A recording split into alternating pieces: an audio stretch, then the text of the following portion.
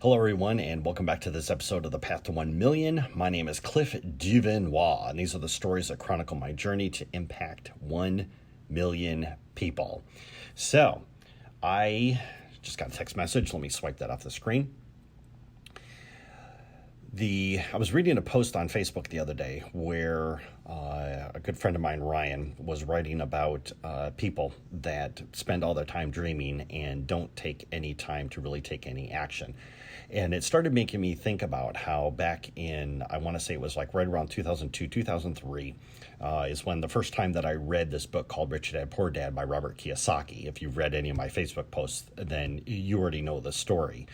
The point behind the book, obviously, was to get people to think differently about investing, particularly within the realm of real estate.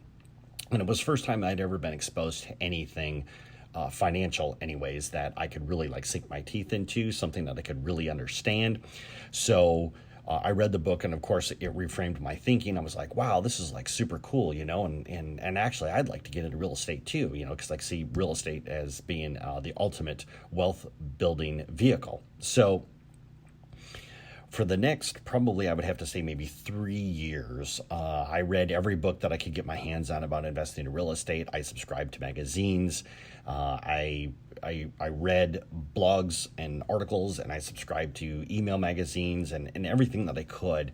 But the thing is that I did everything but invest in real estate. I was stuck in, the phrase that people use is analysis paralysis, meaning I was just trying to learn everything that I possibly could about real estate without actually taking action to make that vision or make that dream a reality.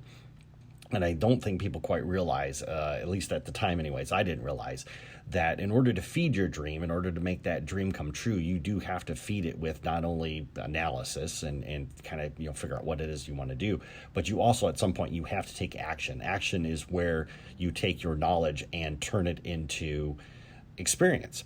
So then, what happened was I was at a party, there was a bunch of people that were there. And I remember specifically that I was talking to a couple of people, and I made a comment about buying a duplex. And the girl looks at me with this flat look, and she goes, "Oh, you're still talking about that." And I left that party, and I just remember I wrestled with that all the way back to my apartment. And I just remember saying to myself, good grief, how long has this been going on? And I realized that I had actually been talking about getting a duplex now for almost 3 years. It was literally everybody that I talked to, I was so excited about real estate, and for some reason, every time I read a book, and I felt like I was getting closer. But the thing is, I wasn't doing the one thing that I needed to do, and that was to actually take action. So obviously, everything changed at that point, and I did take action, and I did get my first duplex. But it always makes me wonder why more people don't take action. And I remember I was listening to an interview with Tony Robbins, and they actually asked him this question. Now, if you don't know who Tony Robbins is, he's multi-New York Times bestselling author. He's written books. He's a life strategist. They asked him, why don't people take action? And he actually said what I think is best. And he said, quote, "Why aren't people taking action? We all know the answer, and that is fear," close quote. And I really do believe that is particularly the case. And it could be the fear of failure, because we all talk about that, right? The fear of failure, the fear of making mistakes. But also, too, it is the fear of success. There are people out there who actually fear being successful. For them, they prefer the struggle versus the actual winning. And if you really want to take a look at the ultimate in facing a fear and having that ability to risk losing a lot. I was thinking about the story that Tim Ferriss shared. Now, Tim Ferriss, he's also another New York Times bestselling author. He also has the #1 rated podcast on iTunes right now called The Tim Ferriss Show. It's a really good podcast. If you like a lot of granularity, he really does go into it when he interviews these top performers from around the world. What he decided to do is he wanted to get his MBA, but he didn't want to invest $150,000 into a college or university. He decided to take that $150,000 and invest it in a quote unquote real life MBA, meaning that he would take some of that money and he would put it into, let's say, he would invest it into startups, he would invest it into stocks, he would invest it into real estate, but it was actually something he did versus reading about it in a book or writing a term paper about it. He would actually go in and he would actually do it. And I don't know the results of it, so I don't know if he's ever published it. Periodically, I'll go look at his website just to see. But he basically wrote off that $150,000. He's like, you know what? I'm willing to spend this $150,000 into my real life MBA. And that is what he did. And of course, because he did that, and he actually went out and got that experience, and knowing my experience as well, you always learn more from your experiences than you ever could possibly from a book. It's almost like the analogy of baseball. Very rarely do people walk up to the plate and swing a baseball bat on their very first try and they hit a home run. You just don't. Odds are you're not even going to come close to hitting the baseball. You can read every book on the planet about how to hit the baseball. You can know every technique that is out there, but until you actually step up to the plate and swing the bat, you're not going to get the experience that you need to be able to hit the ball.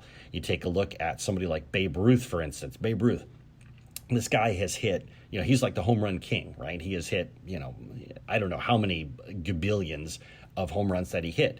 His batting average is 340. Now, if you think about that for a second, right? Because we always say, oh, Babe Ruth, being the home run king. But if you think about that for a second, he had to strike out 2 times for every 1 time that he actually hit the baseball, right? Meaning every time that he walked up to the plate, there was a more than a 50% chance that he was going to strike out, that he was going to fail. And he knew this every single time that he walked up to the plate. And then when he does walk up to the plate, he strikes out. Okay, but you know what? He walks up to the plate again and he swings the bat again because he knows that as long as he keeps going to the plate, as long as he keeps swinging that baseball bat, at some point in time, he is going to hit the ball. But you have to go through failure in order to get through success. At least that's one of the powerful lessons that I have learned. Success very rarely comes unless you have made mistakes, unless you have faced risk, unless you have gone into failure. So for me, with buying my first piece of real estate, when I went out there, it was one of those things where I decided to myself, right or wrong, I'm going to do this. I could go, I could absolutely hit it out of the park and make a lot of money. On the flip side of the coin, I could go into bankruptcy. I really did not care which way that I went. All I knew was that I was going to take action. I had that same philosophy when I wrote my LinkedIn PDF that I give away for free. It was just one of those things where I just went through and said, okay, here's a little bit of theory behind it, but this is the action that you need to take. These are the steps that you need to take. And fortunately, the steps aren't that difficult. The feedback that I got from people that actually read a preliminary copy of the book, one of the things that they said was, hey, Cliff, I'm reading in here. You've got some great theory, but it would be awesome if it had a checklist. And I didn't respond because I knew that as soon as they turned the page, they would see the checklist, which, they all did. So it really is just a matter of taking those steps that are necessary in order to achieve that dream, to achieve that goal. But, most people won't because of that fear. They do not want to face that fear. And ironically, as I was preparing today's talk, I was remembered a video that I watched about Will Smith, and we all know who Will Smith is. He's like one of the top ranked action stars that are out there. I would put him probably like Dwayne Johnson, The Rock, number 1. I'd probably put Will Smith underneath of that. But Will Smith said something in a video where he talked about parachuting, jumping out of a perfectly good aircraft, and the feeling about that afterwards. And Will Smith said something that really struck me. He said, God placed the best things in life just on the other side of fear. Something that's very powerful and something that has always stuck with me. Anyways, I just wanted to share that with you. I hope you all have a fantastic day, and I will see you tomorrow with another episode. Make it a great day.